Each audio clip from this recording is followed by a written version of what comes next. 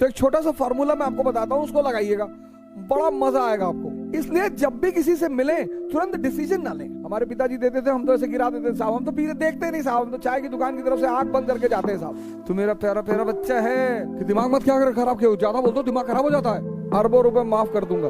हम तो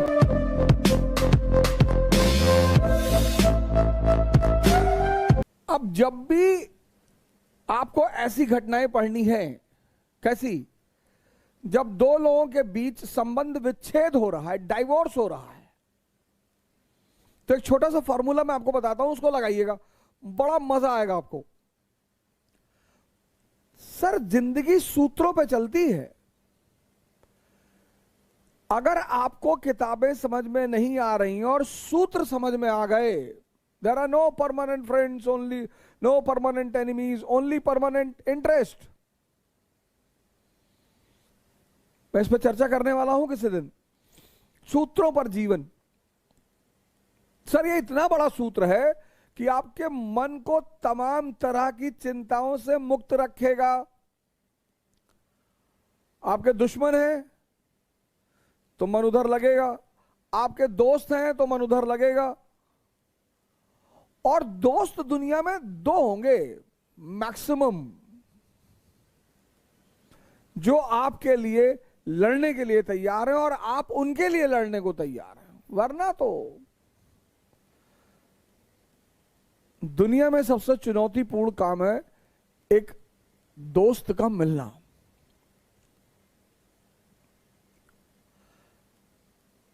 तो एक सूत्र मैं आपको बता रहा हूं, सूत्र बड़ा प्यारा सा सूत्र है। जब भी ऐसी घटनाएं आप देखें जहां संबंध विच्छेद हो रहा है, आपस में झगड़ा हो रहा है, साथ में रह रहे थे फिर झगड़ा हो रहा है, जैसे द्वितीय विश्व युद्ध में यूएस और यूएसएसआर साथ में रह रहे हैं, लेकिन जैसे द्वितीय विश्व युद्ध शुरू हुआ, खत्म हुआ, वैसे ही झगड़ा होने लगा। तो कैसे शुरू हुआ और कैसे ब्लास्ट हुआ, इसका बड़ा प्यारा सूत्र है।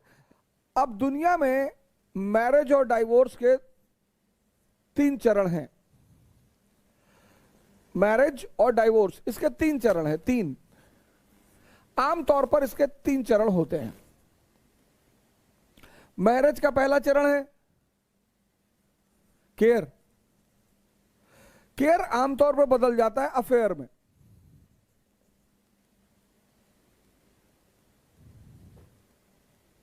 खाना खाया, एनसीईआरटी मिल गई, नोट्स तैयार हो गए। जब भी तुम्हारे में कोई अननेसेसरी इंटरेस्ट लेने लगता है तो समझ लो वो तुम्हारे करीब आ रहा है। अरे भैया हम खाना खाए ना खाए तुमसे क्या मतलब,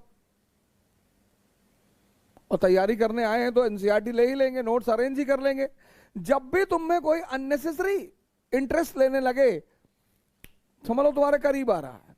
care generally turns into affair.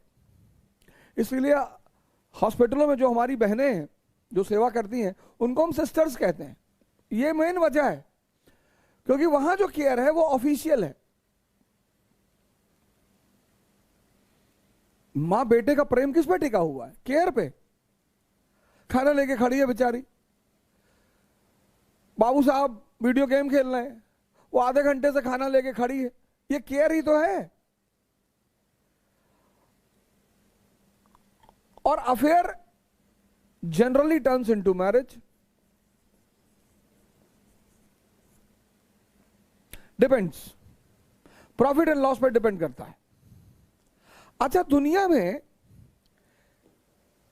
हर इंसान, मुझको मिलाकर, मुझको जब भी मैं ऐसी बातें बोलूं तो मुझे मत छोड़ा करो, मुझे भी ऐड कर लिया करो। दुनिया में हर इंसान के कई चेहरे हैं। मेरे तो इतने हैं कि मुझे पता ही नहीं।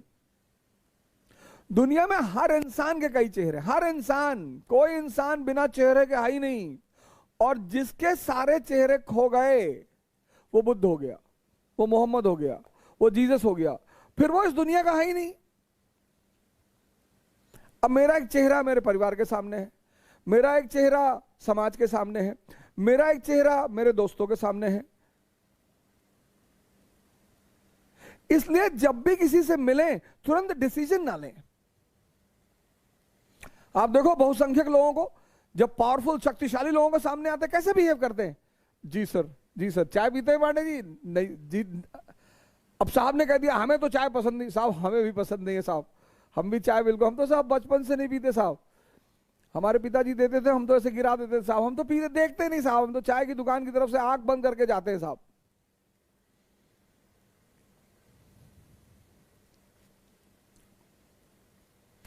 और हर व्यक्ति का चेहरा उससे करीब आने पर दिखाई पड़ता है। तुम व्यक्ति के जितने करीब आते जाओगे,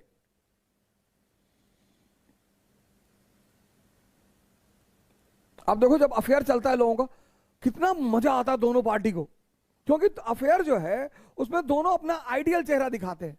हम सिगरेट नहीं पीते, हम शराब नहीं पीते, हम तो पराई स्त्री देखते ही नहीं। तब जिंदा क्यों हो? कर क्या रहे हो दुनिया में? लेकिन जब विवाह हो गया, जब आमने सामने आ गए, तब तो दूसरा चेहरा दिखाई पड़ेगा। आप जब ट्रेन में सफर करते हो, आप जब प्लेन में तो खैर लोग कम बात करते हैं एक दूसरे से, बड़े शाही लोग चलते हैं। लेकिन हम जैसे हम ट्रेन में सफर करते हैं तो बड़ी जल्दी दोस्ती हो जाती है, बड़ा जल्दी एक दूसरे से। और कॉफी मंगाए तो पहले आप, नहीं नहीं सर पहले आप, सर पहले आप लेंगे। और उसी आदमी से 10 बार मुलाकात होती है तो अबे तबे शुरू हो जाता है। इसीलिए किसी भी व्यक्ति पर तत्काल निर्णय कभी ना करें, कभी नहीं। बचपना क्या है? तत्काल निर्णय। बचपने की कुछ कमियां हैं, कुछ फीचर्स हैं, उसमें एक फीचर यह भी है, तत्काल निर्णय। अब दो प्रेमी युगल ने शादी कर ली, और जब शादी कर ली तो हस्बैंड पहले दिन निकला खैनी बनाते हुए, और लेडी ने कहा अरे तुम खैनी खाते हो? हाँ सुबह सुबह खाता हूं, एक टाइम खाता हूं। और वहीं से शुरू हो गई रिफ्ट। रिफ्ट। अब जब आदमी आपके प्यार में होता है ना, तो बहुत बड़ी बड़ी उपमाएं देता है आपको कि क्या सिगरेट पीते हो यार शाहरुख खान की तरह। और वही व्यक्ति जब आपसे नफरत शुरू करता है तो गाली देना शुरू कर देता है कि दिमाग मत क्या खराब किया, ज्यादा बोल दो दिमाग खराब हो जाता है। जब व्यक्ति आपकी अच्छी बातों का भी विरोध करने लगे, समझ लो कोई बात हो गई है। क्योंकि प्यार में तो आदमी गलत बातों का भी समर्थन करता है।